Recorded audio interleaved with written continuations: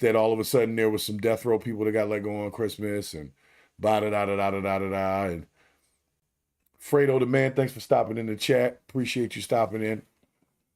But it's really like,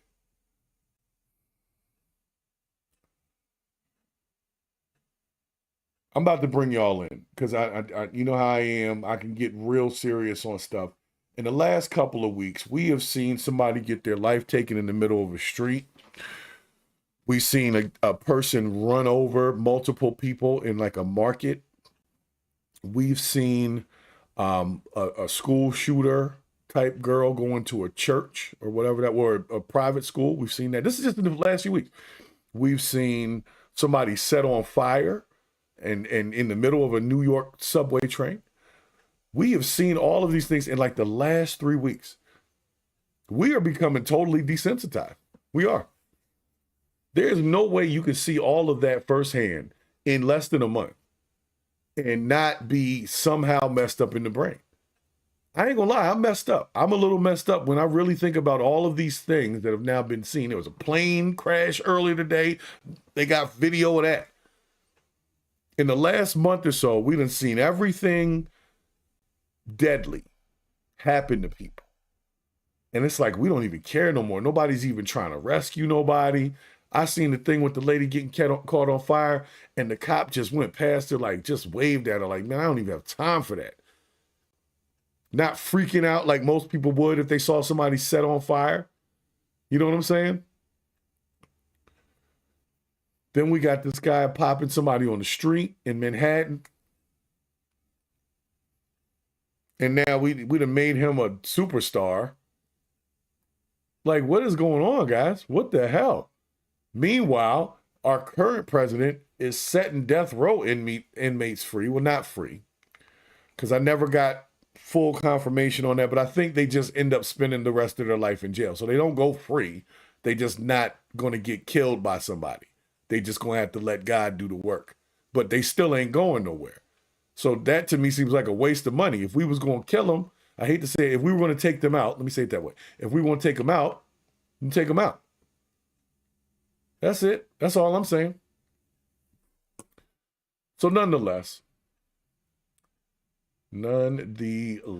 hold on a second. It's saying I got a problem in my my stream. If the stream is still coming through to y'all, please give me a thumbs up in the chat.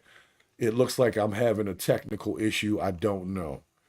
But nonetheless, I just think we became desensitized. And I'm trying to resensitize myself. Pause. Because it's like, I don't even care. I try to care. I care a little bit, but I don't really care. Like, I care, but you understand what I'm saying? I don't really care anymore, and that's dangerous, you know? Mountain Dew, thanks for stopping in the chat, man. No, that just kind of made me sad, because I'm being honest with myself. I don't really care as much anymore as I used to.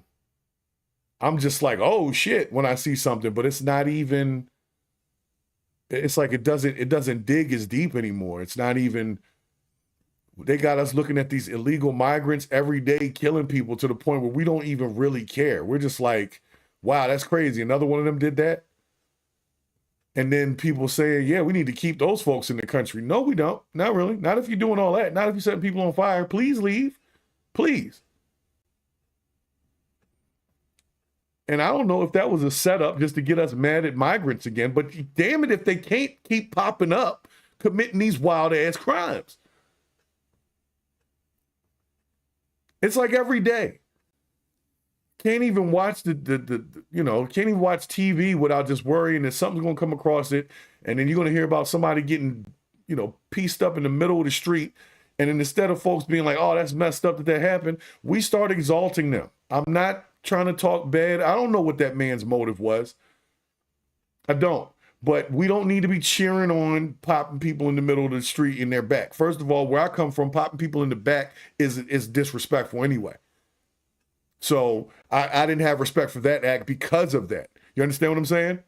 So real ones don't understand. Real ones understand. The non-real do not understand. Popping somebody in the back is 100% act of cowardice, and I don't care. So the man's a coward to me. Because if you really was going to do something, you'd have been standing in front of him and you'd have looked him dead in the eye. But you didn't do that. Whoever that was. Because I still don't know if that was the same guy. I still don't know. I didn't see him. I saw what they showed me on the camera.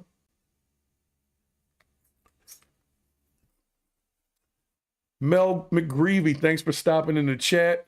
And you know, that is a good question. I don't know if that stuff costs any less. I really don't know. It probably costs the same. It's a full-blown medical treatment plan that goes for the rest of your life once you enter it, just like cancer. So even if it's not cheaper than it, it's damn sure expensive. You see what I'm saying? That's a waste. It's a waste of whatever. But yeah, Mountain Dew, you know what I'm talking about. You know what I'm talking about. Real ones know what I'm talking about. Shooting a man in the back is an act of cowardice, no matter how you slice it. That's how it works. That's why you can't say it's self-defense if you shoot a person in the back, because they can't possibly be a threat to you if they're not even looking at you. So whatever, y'all can say what you want about how Luigi Mangione looks, but I don't get down like that. So that meant nothing to me. What meant something to me is he cowardly shot a man in the back and didn't really give us a reason why that was even necessary. What, because he worked for some health insurance company? Is that where we at? Really? I'm not saying the health insurance companies didn't do nothing wrong, but is that what we're going to do? We're just going to start popping people in the back in Manhattan? Fuck out of here. You see what I'm saying? But we all over here like, oh. And then, like I said, that train station thing, man, nobody moved. The cop was running past like it was nothing going on. And I'm just thinking to myself, like, you know, isn't there a fire extinguisher in every railway car? Or am I missing something? Nobody did nothing. Then this dude came over fanning the flames. Nobody kicked the shit out of him. You understand what I'm saying? Like, even that, even if you're not going to help the lady, don't let this dude do that. But we so desensitized, all they did was pull out their phones and become a damn digital witness. And that's what I keep telling people. And you know what they did? Man, I wish I had the damn clip now. All they did was focus on the technology. Like the fact that they caught the guy because of cameras and because of this. And I told people months ago, technology will just be a witness. It is not a protector. That's all it is. So what if they get the guy that killed me? I'm dead. Great that you had cameras there. Wish you would have had a cop that cared in the area.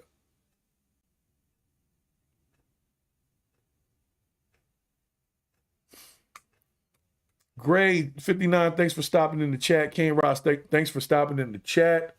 Michael Perotas, thank you for stopping in the chat. Thank y'all for having this conversation with me, because I've been, like I said, I can only come on here every couple of days because I got other stuff to do, but I got to talk to folks because I've been watching it, and I'm like, is anybody else seeing this? Is anybody else actually seeing that we just don't care about each other no more? We don't care that people get shot in the street. We don't care that people get set on fire. We don't care. Now, granted, a lot of that stuff is happening in New York City and not just everywhere, but we saw how not only how people responded, but the fact that everybody was sharing that video. That was horrible to watch, to know that that was a person. But it's like you couldn't look away. You know what I'm saying? You couldn't look away. And then when I thought about that, I said, you know what? That's sick, man. And I'm not innocent. That's why I'm asking, is everybody going through this? I'm not innocent, man. I watched the whole plane crash today. In real time, I saw it come out of the sky. It was 2.5 minutes. 2.5 minutes of watching a plane crash. That means the whole 2.5 minutes, I knew the plane was going to crash. And I waited just to see it. We done lost it, y'all. I know I'm part of a regular population. Watch the whole plane crash. If you haven't seen it, man, it was on X. I forgot what flight it was, but that just happened.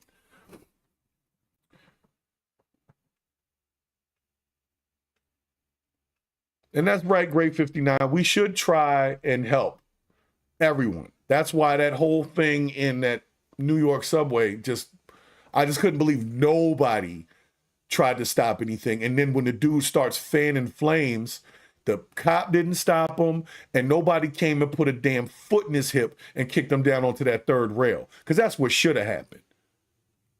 But I digress. I'm not violent. I'm just saying that third rail had his name on it, and nobody put him where his name was. That's all I'm saying. And know that the plane, I don't think it was a Boeing plane. I'll look it up for you real quick. Hold up. It was over in like Kazakhstan or something like that. I'll pull it up, but it's just like, since we're talking about it, I'll just pull up the story. I don't really want to see that again. But you know what? We'll pull it up. Since my man asked about it, we'll take a look at it together. Since we're all desensitized, let's go get desensitized together, all right? So since we're all desensitized together, we're not worrying about death row inmates no more. We don't care, because let me be real. The fact that I was more upset that I'm like, oh, now we got to pay for this fool or these fools to continue living. Just kill them. When I thought that, I said, damn, that's sick. Oh. But I didn't even back off of it. Even once I said, man, that's a sick thought. And I was like, man, I don't even care.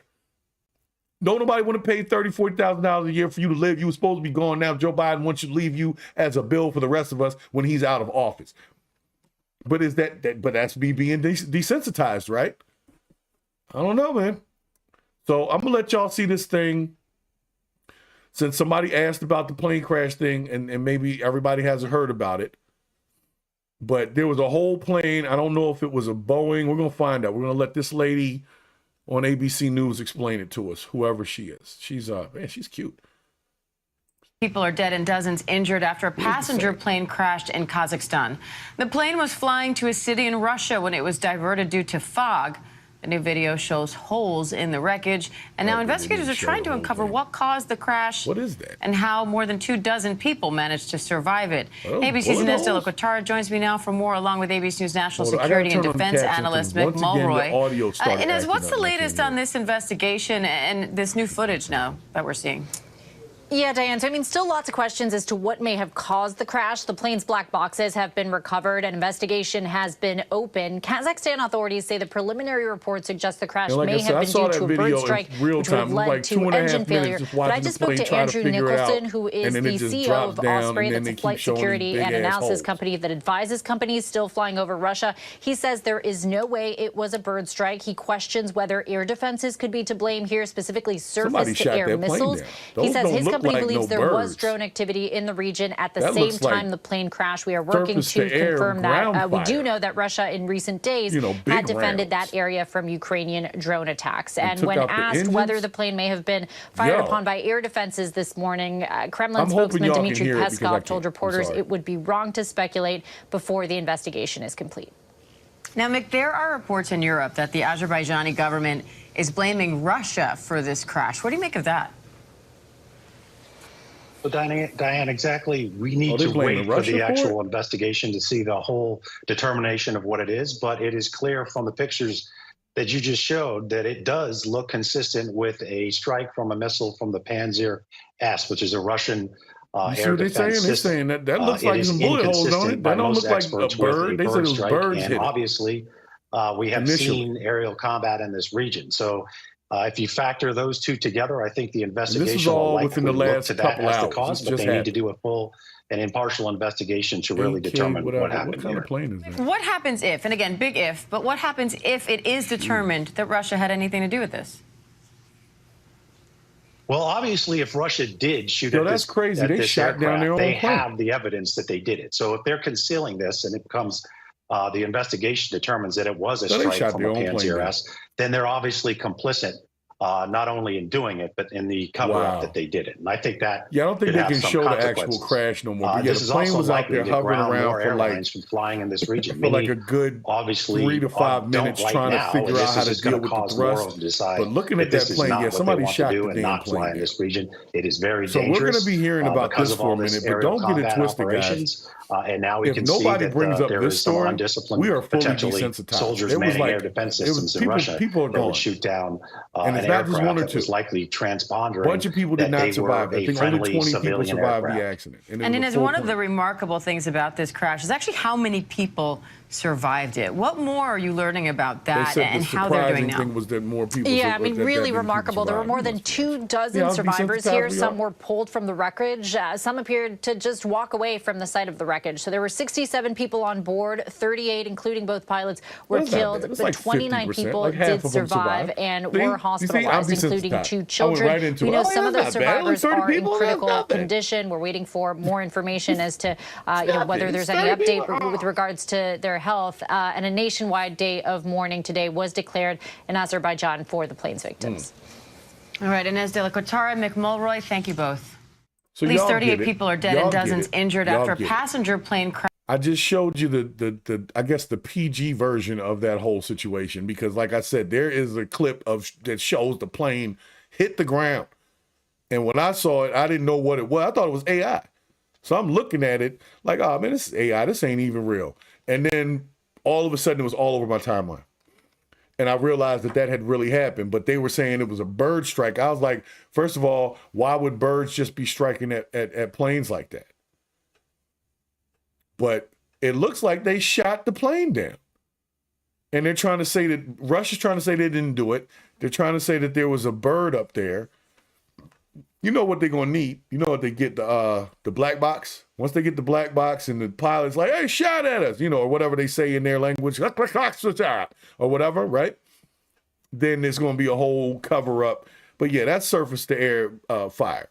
I know what a big ass 50 caliber bullet looks like going through the side of a plane. I've never been in a plane when it happens, but I know what it looks like. You're not gonna tell me a bird or a couple of birds went through the side of a plane like that. Maybe the front. Maybe if you ran right into it or hit the engine or something, you might have got chopped up in the engine or something. But there's no way birds hit the side of that plane and made it look like that.